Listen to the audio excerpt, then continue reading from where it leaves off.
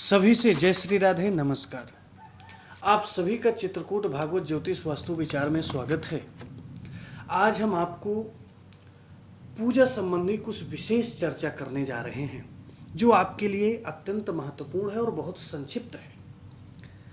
बहुत से लोग घर में बहुत सारी मूर्तियां रख लेते हैं।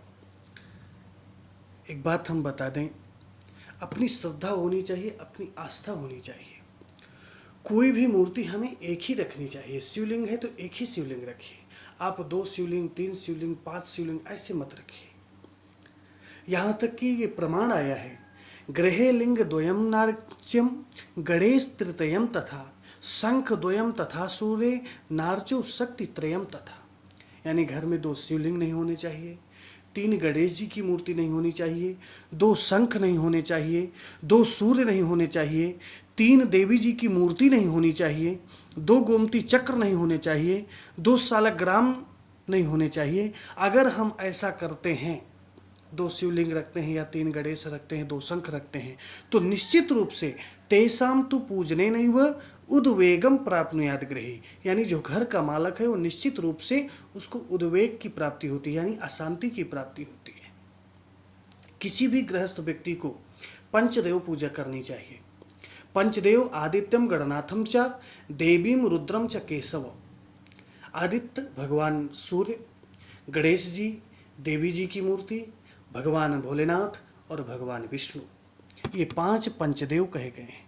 इनकी पूजा किसी भी गृहस्थ व्यक्ति को, कोई एक ही शिव जी की पूजा कर रहा है बाकी 4 की पूजा नहीं कर रहा, या गणेश जी की पूजा कर रहा है बाकी 4 की पूजा नहीं कर रहा है, ये गृहस्थ व्यक्ति का धर्म नहीं है। एका मूर्तिर्न संपूज्या ग्रहिणा स्वेष्टमिच्छिता।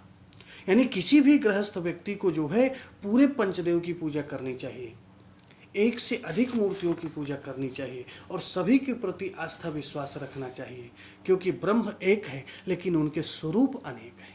वही भगवान भोलेनाथ रूप में है, वही केशव रूप में है, वही गणेश रूप में है।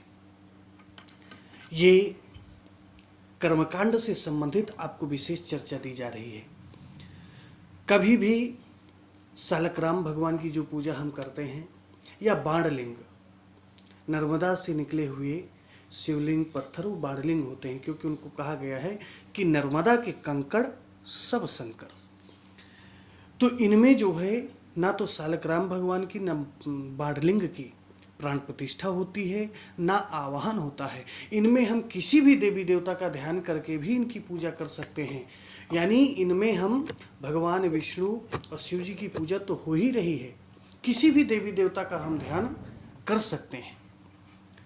घर में हमेशा जो घर के अंदर जो मंदिर बनाते हैं, छोटा सा घर में जो पूजा करते हैं, बाहर मंदिर में तो बड़ी मूर्ति की स्थापना होती है, लेकिन घर में हमेशा 1 अंगुष्ठ से छोटी नहीं होनी चाहिए और 12 अंगुल से बड़ी नहीं होनी चाहिए मूर्ति। घर में जो मूर्तियों की प्रतिष्ठा होती है, चाहे पत्थर की हो, चाहे लकड़ी की हो, चाहे सोने की हो, चाहे चांदी की हो, वो चल प्रतिष्ठा होती है। और मंदिर में जो प्राण प्रतिष्ठा होती है वो अचल प्रतिष्ठा होती है। इसलिए सभी लोग ये जो पूजा संबंधी आपको जानकारी दी गई है, इसका विशेष ध्यान देंगे और इसका अनुकरण करेंगे। सभी से जय श्री राधे, नमस्कार।